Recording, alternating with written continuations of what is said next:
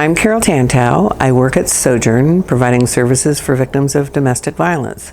Sojourn is a project of the People Concern. I have worked at Sojourn since 1997. I provide direct service to clients through support groups, hotline, classes, a variety of other things. I originally came to Sojourn as a volunteer because of the OJ verdict. That was a moment in time where our society learned a great deal about domestic violence because it was on television. That was what sparked my interest. I went through the 40-hour training and started volunteering, and I've been there ever since. One of the main reasons that I have continued with Sojourn for so long was because of something that happened in 2001. A client that I knew was murdered by her husband. It was something that didn't get the kind of press that the OJ trial did. And I think that really spoke to me. That's when I became increasingly aware of how important it is for our culture to be aware of domestic violence and its impact on our society, and that how often those stories are not told.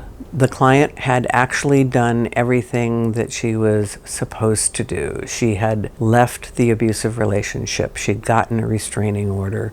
She had complied with court orders for custody and visitation, and still she was murdered. It's a very complex world that our clients live in. It is not cut and dried. It isn't just leave and you'll be okay. I'm very proud of Sojourn in having the capacity to continue offering services to victims even when they have left the relationship or even before they've left the relationship. Leaving is possibly the most dangerous thing a victim of domestic violence can do. Statistically, the likelihood of them being hurt or murdered by their abusive partner increases when they leave, or when they think about leaving, or when they talk about leaving. That's something that's really important. So we do welcome people experiencing domestic violence, even if they are still in an abusive relationship, because one of the things that we can offer is